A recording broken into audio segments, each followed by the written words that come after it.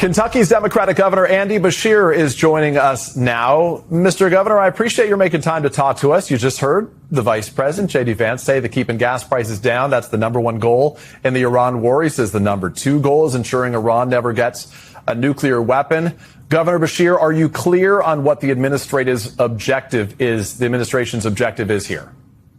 No, and neither is the administration. If the goal is cheap gas, they caused the price of gasoline.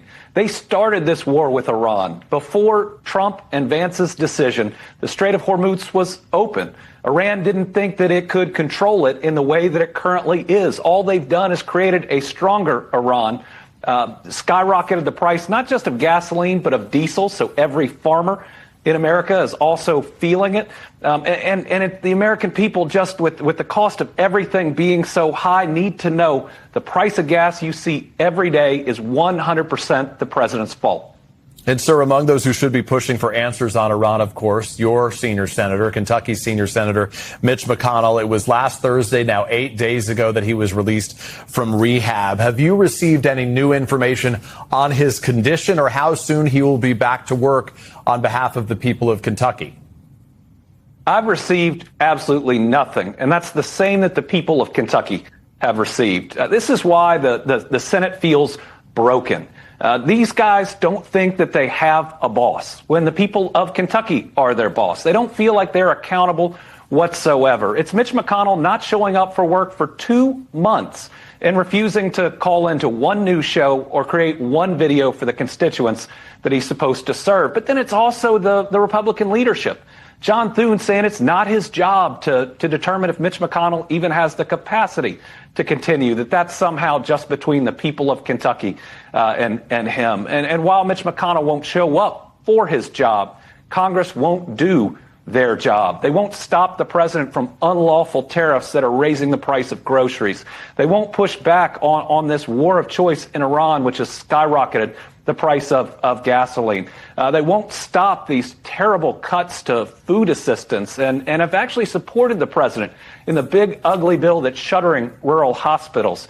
Mitch McConnell won't show up for his job, but I really wish Congress would do theirs.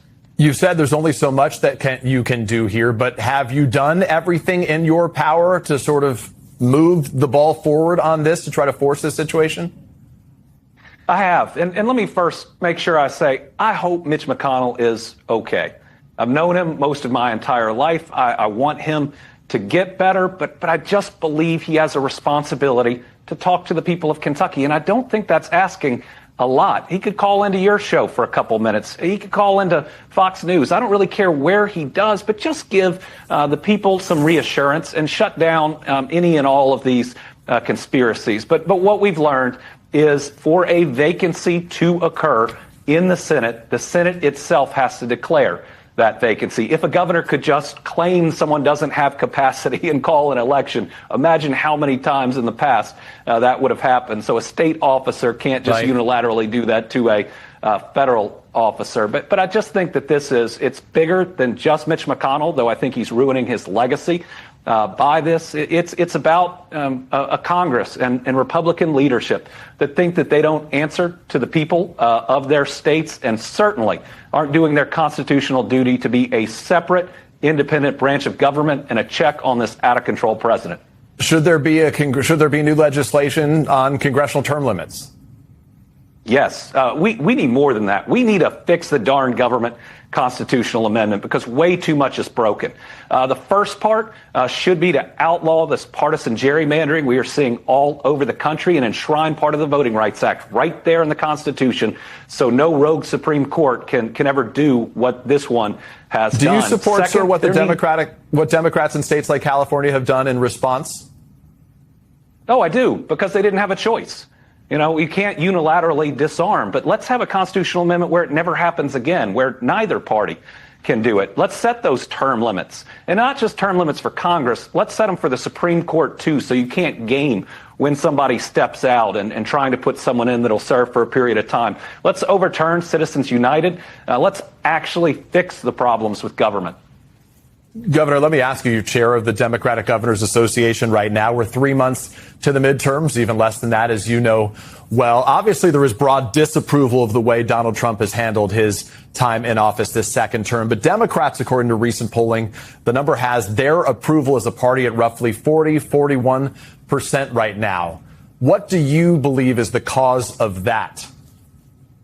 Well, the overall Democratic brand polls poorly, but our individual candidates, especially for governor, poll really well. And that's because they are folks that get things done. They work to lower prices. They work to expand health care. They work to have safe roads and bridges. They work every day to provide better public safety for their people. We try to bring new jobs to our states with better wages. Democratic governors get things done, and we are going to win races in places that people aren't expecting. We're going to win in Iowa and turn it blue. Amy Acton in Ohio is running a great race. Jocelyn Benson is going to make sure Gretchen Whitmer has a Democratic successor. Just great candidates all over the country that are running really good races and are going to win. You were talking about some governors' races and the impact of Democratic governors or potential Democratic governors in some of those states. I want to ask you about some of the other places, including the Senate races. Michigan, Abdul Al-Sayed, obviously a much more progressive candidate than Haley Stevens, who he beat for the Senate nomination there right now. There are concerns within the party about this division between the progressive and more moderate wings. Do you worry that some of those more progressive, those farther left candidates right now will alienate independents in states, including yours? Well, everybody out there has to get out and earn it. You have to win an election. You don't just get it because of the party that you're a part of. And the Democratic Party needs to be a big tent party where people can have disagreements on how to reach a solution. But let me tell you, differences within the Democratic Party are a lot smaller than the differences between the Democratic Party and this current Trump-run Republican Party.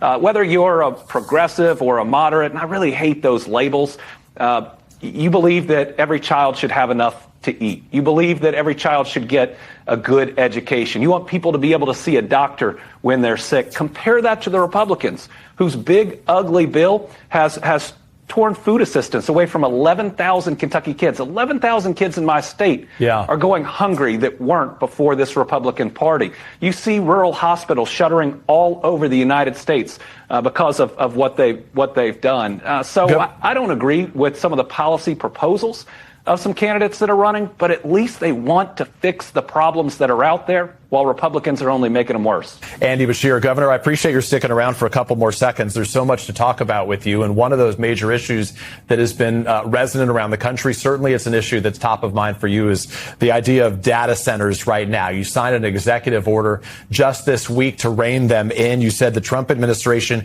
kept you out of the loop last month on what was a $100 billion data center campus on federal land in your state. How will a data center like that impact Kentuckians? Well, I still haven't received a briefing on that project, though I believe one is being scheduled in the coming weeks. And so my comments were, I don't know. And let me just say, if you're going to do a $100 billion project in a state, you probably ought to go see the governor.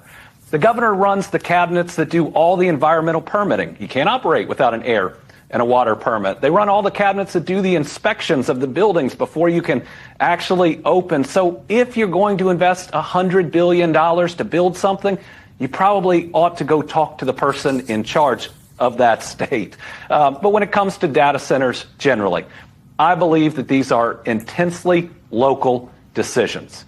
There are some communities that could believe the benefits outweigh the detriments, but what I wanted to make sure is that Kentuckians are protected when they are trying to make that decision. So I signed an EO that said we are not going to approve any data center that raises electricity prices by one penny. They are not welcome. They have to pay for all of their own electricity.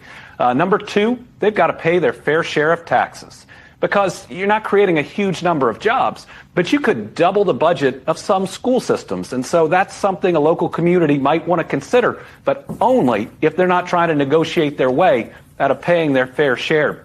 Number three, it can't impact the environment detrimentally. They need to fix those issues. But finally, go into the local community and actually establish a relationship. These investments are huge. They're enormous, but some of these companies are treating them like they're warehouses.